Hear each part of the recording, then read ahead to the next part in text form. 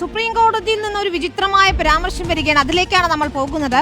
വിവാഹപൂർവ്വ ലൈംഗിക ബന്ധത്തിൽ നിന്ന് വിട്ടുനിൽക്കണമെന്ന വിചിത്ര പരാമർശമാണ് സുപ്രീം കോടതിയിൽ നിന്ന് നടത്തിയത്. ആരെയും വിശ്വസിക്കരുത്, ഇതെല്ലാം പഴയ രീതികളായി തോന്നാം, എന്നാൽ വിവാഹത്തിന് മുൻപ് സ്ത്രീയും പുരുഷനും അപരിചിതരാണെന്നും കോടതിയുടെ പരാമർശത്തിലുണ്ട്. തീർച്ചയായിട്ടും ഇപ്പൊ എല്ലാരും കൂടി ആ ഒരു ജഡ്ജ് അതാ ആ ജഡ്ജിനെ തന്ത വൈബാക്കും, തള്ള വൈബാക്കും. ഇപ്പോഴും 2026 ഉറങ്ങി എണീക്കാത്ത ആളാക്കി മാറ്റും. ഇപ്പൊ സംഭവിക്കുമ്പോ ശ്യാം ദേവരാജ്, ലിവിംഗ് ടുഗദറിന്റെ ഒക്കെ ഈ കാലത്ത് എന്താണ് സുപ്രീം കോടതിയുടെ ലിവിംഗ് ടുഗദറിന്റെ ഒക്കെ ഒരു കാലത്ത് എന്താണ് ഈ ലിവിംഗ് ടുഗദർ എന്നൊക്കെ പറഞ്ഞാൽ എന്തോ പൊരിസാക്കപ്പെട്ട ഒരു സമ്പ്രദായല്ലേ? എന്തിനപ്പോ ഈ ലിവിംഗ് ടുഗദർ എന്ന് വിളിക്കുന്നത്?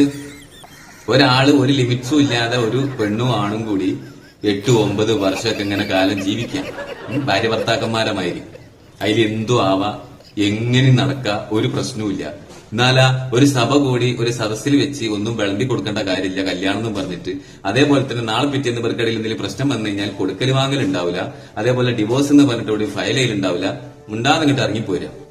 ഇതാണ് ലിവിംഗ് ടുഗദർ. എന്നിട്ട് ഇവർ ഇതിൽ പറഞ്ഞ കാരണം എന്താണെന്നറിയോ?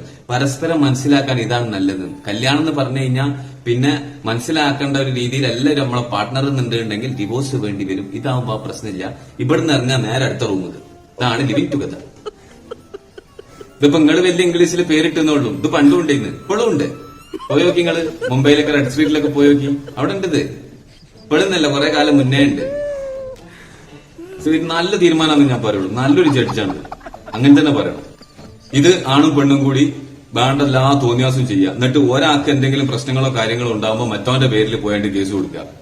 മറ്റേ വിവാഹ വാഗ്ദാനം നൽകി എന്നെ പീഡിപ്പിച്ചു എന്ന് തോന്നിയാസം എന്നല്ല വേറെന്ത്. അങ്ങനെ അങ്ങോട്ട് കൊടുത്തു പോകാൻ പറ്റൂല. ഇവിടെ ആരും കണ്ണ് കെട്ടിയിട്ടും കയ്യും കാലും കെട്ടിയിട്ടൊന്നും പീഡിപ്പിക്കണില്ല. നല്ല അറിവോടെ തന്നെ നിന്നോടുക്കണത്. എല്ലാത്തിനും എന്ത് ലോജിക്കാണ് അതിലുള്ളത്?